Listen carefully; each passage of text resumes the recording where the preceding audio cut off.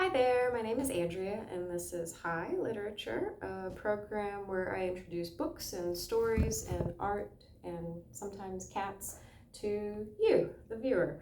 So today, I wanted to finish up with the Saga of Swamp Thing. I read the foreword yesterday by Ramsey Campbell, and today I want to do the introduction by Alan Moore.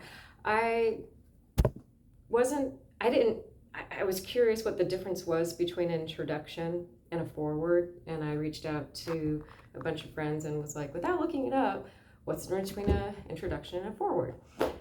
And I had guessed that after reading the foreword and the introduction, I was like, I think a foreword is, I compared it to the way a friend would introduce, the way a friend would describe you to somebody else.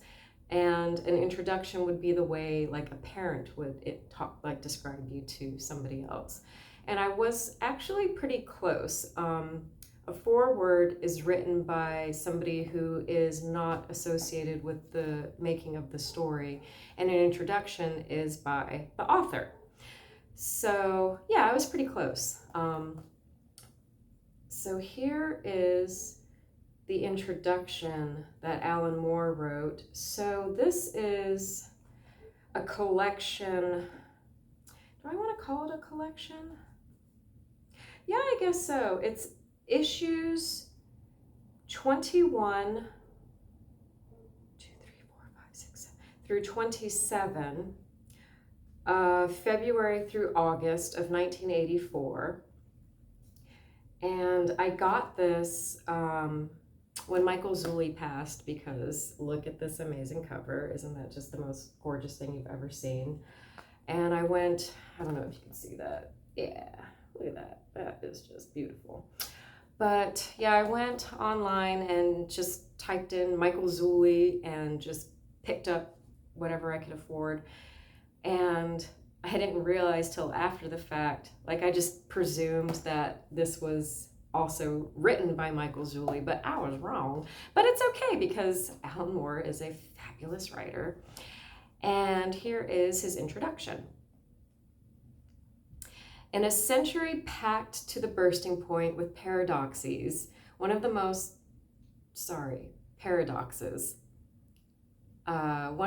puzzling must surely be the meteoric ascent, I hope I pronounced that right, of horror as a genre in literature, cinema, and even music, all at a time when each day seems to make us just a little more conscious and aware of the real-life horrors unfolding all around us. While the faces of missing children stare from milk cartons, lines for the latest dead teenager movie are stretching around the block. While the AIDS virus sweeps through society with a chilling ease, borne upon a colossal wave of ignorance and prejudice, the shelves of our bookstores creak beneath the weight of plagues and infestations filling the pages they're forced to support. Whether they be the plagues of rats, slugs, crabs, or centipedes that characterize the nastier end of the market or the real thing, as presented in Stephen King's The Stand. While radioactive clouds blow west and test ban treaties go up in a mushroom of poisonous smoke, punk bands gob out splatter movie imagery with a ferocity that at best signals hopeless defiance and at worst a perverse and nihilistic acceptance of the situation. Whew. Like it or not, horror is part of our media, part of our culture, part of our lives, none of which answers the question of why an entire society should stand around engrossed reading Dracula while up to their jugulars in blood. Do we immerse ourselves in fictional horror as a way of numbing our emotions to its real-life counterpart? Is it some sort of inoculation, a tiny dose of something frightening with which we hope to ward off a more serious attack in later life? Could it even represent a useful, if not vital, tool with which we enable ourselves to investigate and understand the origins of horror without exposing ourselves to physical or mental harm? Whatever the answer, the fact still stands. Horror fiction of one form or another is a major totem of the 20th century. We've all seen it. We know what to expect from it, its general content, and the rules that it plays by. It is the very familiarity of horror in our culture, however, that makes this introduction necessary. Whatever kind of horror you've chanced across in your various readings and viewings to date, Swamp Thing isn't that kind of horror. I'm not saying that it's better or that it's worse, just that it's different. You do well to bear this in mind as you proceed. I have goosebumps. The reason for this dissimilarity is that the artifact you currently hold in your hands collects some examples of a rather rarefied strand of comic book horror. Comic book horror spawned from the same roots as any other variety, but grown in specific and unusual conditions, has many strange quirks and appendages not shared by other strains within the same genre. The reasons for these eccentricities are obscure, complex, and probably not terribly interesting to anyone not utterly infatuated with comics as a medium. If you really want to know, there are numerous books and fanzines that I'm sure can provide the answer. For my part, though, I intend to simply describe the effect these differences have wrought upon the comic book horror landscape while leaving the causes to more capable and academic hands than mine. The very first thing that anyone reading a modern horror comic should understand is that there are great economic advantages in being able to prop up an ailing, poor-selling comic book with an appearance by a successful guest star. Consequently, all the comic book stories produced by any given publisher are likely to take place in the same imaginary universe. This includes the brightly colored costume adventures populating their superhero titles, the shambling monstrosities that dominate their horror titles, and the odd grizzled cowpoke who's wandered in from a Western title through a convenient time warp. For those more familiar with conventional literature, try to imagine Dr. Frankenstein kidnapping one of the protagonists of Little Women for his medical experiments, only to find himself subject to the scrutiny of a team-up between Sherlock Holmes and Hercule Poirot. I'm sure that both the charms and the overwhelming absurdities of this approach will become immediately apparent, and so it is in comic books. Swamp Thing exists in the same universe as Superman, the same world as Batman and Wonder Woman, and all the other denizens of the cosmos delineated within the pages of DC Comics' various publications. As I said above, this approach has both its charms and absurdities. The absurdities are obvious. To work properly, horror needs a delicate and carefully sustained atmosphere, one capable of being utterly ruined by the sudden entrance of a man in green tights and an orange cloak, especially if, as a character, he's fond of puns. The charms are much harder to find, but once revealed can actually be rewarding. The continuity expert's nightmare of 1,000 different superpowered characters coexisting in the same continuum can, with the application of a sensitive and sympathetic eye, become a rich and fertile mythic background with fascinating archetypal characters hanging around, waiting to be picked like grapes on the vine. Yes, of course, the whole idea is utterly inane, but to let its predictable inanities blind you to its truly fabulous and breathtaking aspects is to do both oneself and the genre a disservice. It's true. Imagine for a moment a universe jeweled with alien races ranging from the transcendently divine to the loathsomely Lovecraftian. Imagine a cosmos where the ancient gods still exist somewhere and where whole dimensions are populated by anthropomorphic funny animals, where heaven and hell are demonstrably real and even accessible, and where angels and demons alike seem to walk the earth with impunity. Imagine a planet where exposure to dangerous radiation granted the gift of super speed rather than bone cancer, and where the skies were thus filled by flying men and women threatening to blot out the sun. Imagine a place where people were terribly good or terribly bad, with little room for the mediocre in between. No, it certainly wouldn't look very much like the world we live in, but that doesn't mean it couldn't be every bit as glorious, touching, sad, or scary. With this kind of perspective, the appearance in these pages of the Justice League of America or vintage DC supervillain Jason Woodrow would be less unnerving than it might otherwise have been to the uninitiated. The other major factor separating comic book horror from its most respectable cousins is duration.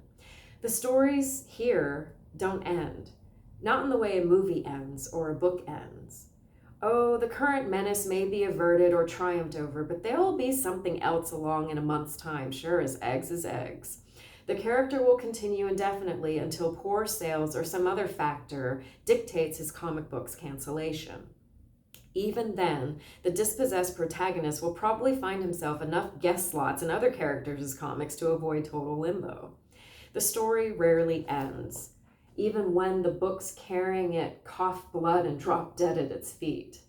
Nor, unless you are lucky enough to spot a hit series when it first comes out, or rich enough to buy the back issues later, does the story ever begin. Anyone picking up a comic book for the first time is almost certain to find themselves in the middle of a continuum that may have commenced before the reader's birth, and will quite possibly continue long after his or her demise. Swamp Thing is no exception to this rule. Created in 1972 by Len Wein and artist Bernie Wrightson, Swamp Thing was originally the story of an idealistic young scientist named Alec Holland and his young wife Linda, working together on a plant growth promoting bio-restorative formula out in the Louisiana bayou. The experiment is sabotaged with a bomb, and the blazing, staggering body of Alec Holland, drenched in his own untested compounds, reels out into the swamp and vanishes beneath its murky waters. As is often the way in comic books, this apparently fatal episode turns out to be merely temporary. Before very long, rising from the waters of the swamp, draped in moss and weed, we see the half-humanoid, half-vegetable figure Alec Holland has presumably become. With the murder of his wife, the risen swamp creature embarks upon a series of adventures that take him through the book's first successful run. Traveling to Europe, he meets art villain Anton Arcane, a techno-sorcerer obsessed with cheating death, perhaps by usurping Swamp Thing's invulnerable body. Though Arcane seemed to perish in this first appearance, his innocent and beautiful niece, Abigail, became a regular member of Swamp Thing's supporting cast, and, along with tough private investigator Matthew Cable, the monster's confidant. After the cancellation of the book's first run, Swamp Thing lay dormant for a few years before resurfacing again under the new team of writer Maddie Pascoe and artist Tom Yeats. Picking up where the old stories left off, this new run continued Swamp Thing's forlorn search for some means to retrieve his lost humanity, while simultaneously introducing a new cast of supporting characters to play alongside the now married Abby Arcane and Matt Cable. These included a young couple named Liz Tremaine and Dennis Barclay, and on the villainry side, a sinister corporation headed by one General Sunderland, his company having strong and suspicious ties to a clandestine government dirty tricks agency called the DDI. This new lineup held the stage for the first 20 issues of the new run, climaxing in a rematch with Anton Arcane, now a hideous half-spider thing, as his quest for godhood led him deeper into monstrosity. Planning to take control of Swamp Thing's body by some sort of mind transplant, Arcane is thwarted at the last moment and left to fade away and perish as a disincarnate intelligence with no hope of finding a body. Abby and Swamp Thing escape as Arcane's dragonfly-shaped craft crashes into the mountains of West Virginia. But their problems do not end there. For one thing, Abby's husband, Matt, thanks to some DDI-sponsored medical treatment, has developed bizarre mental powers that make his innermost thoughts and fears physically manifest themselves. Since Matt is battling with a drinking problem at this time, the creatures boiling up, live and tangible from his subconscious, are both frightening and dangerous. In a private bout of wrestling with his problem, however, Matt learns to control it. Having immense power at his fingertips, his drink-damaged psyche can think of no more deserving a use for his talents than the creation of erotic homunculi who will perform their puppet show entertainments for his eyes only. Abby remains unaware as her husband's tastes slide from the pathetic to the nightmarish, having plenty of other things to occupy her mind, not least being a sudden last-ditch assault by the combined forces of the DDI and the Sunderland Corporation, who have finally located Swamp Thing and his friends in West Virginia. Intent upon retrieving the swamp creature's body in the hope of discovering the secret of the biorestorative formula, and also intent upon removing any witnesses, Sunderland carries out a covert military exercise in Virginia during which he believes that he has killed both the Cable couple and Liz and Dennis. In actuality, they all have escaped, fleeing to their various places of safety, unaware of each other's survival. Swamp Thing is not so fortunate. Surrounded in a thicket by troops with searchlights, flamethrowers, and high-powered rifles, Swamp Thing is driven out of cover and into a hail of withering gunfire that blasts huge holes in his torso before a lucky armor-piercing shot explodes his skull. The great moss-covered body falls, twitches, and lies still. Emerging from hiding, the troops examine it and pronounce it dead, which is the point at which the volume you hold in your hands begins. Hopefully, with the above information, you should be able to read this saga with as much enjoyment and comprehension as those readers who snapped it up first time around as part of the original continuing series. Commencing with my first attempts to take Swamp Thing in a slightly new direction that would characterize the book's subsequent run to date, it represents as sensible a place to start as any. Your punt is about to nose silently out into new backwaters of horror, where the trees are heavy with untried fruits that look both beautiful and poisonous. Though unused to the currents here, I hope you don't get lost, and the vivid and toxic delicacies on display are to your tastes. So yeah, it picks up with Moore's writing where the original run ends. So when you first start this, Swamp Thing dead. And Abby and Matt are trying to find him.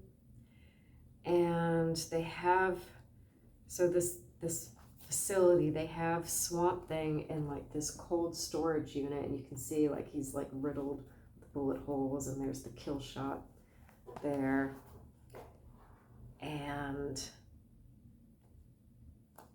this is this guy here is the Floronic Man, who is an elemental and has, like, he wears synthetic skin, and this is his actual form here. Yeah, so you see here he's like taking a shower, and like all his synthetic skin's coming off and reveals his true form.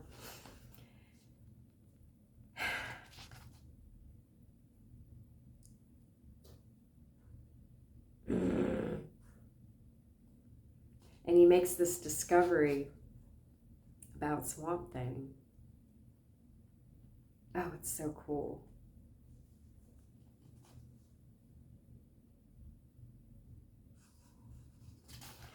Here he is, like speculating on like when Alec Holland, there's the explosion, he's running, he goes into the swamp, it's decomposed.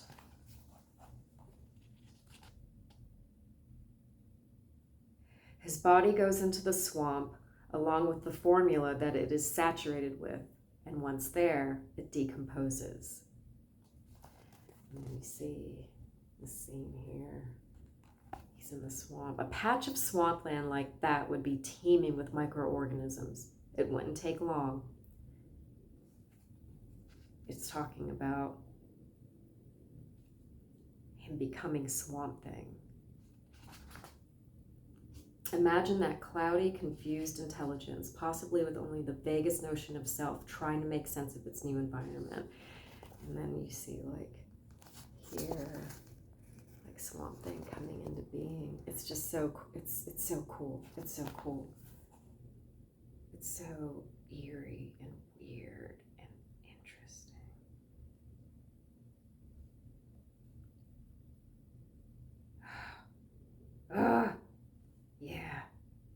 definitely get this. It's wonderful. And that is that. I don't want to spoil too much of it, you know. But yeah, definitely get this. The next video I'm gonna dive into the Copenhagen trilogy books. They're just so good. I'm really enjoying my reread, and I'm excited to share them with you. And you should get it. They're really good. It's a trilogy, and to get the individual books is really hard and expensive. But they did a reprint a few years ago, and you can get them all combined into one affordable book. So yeah, I guess that's it. All right, I'll end this here. Bye-bye.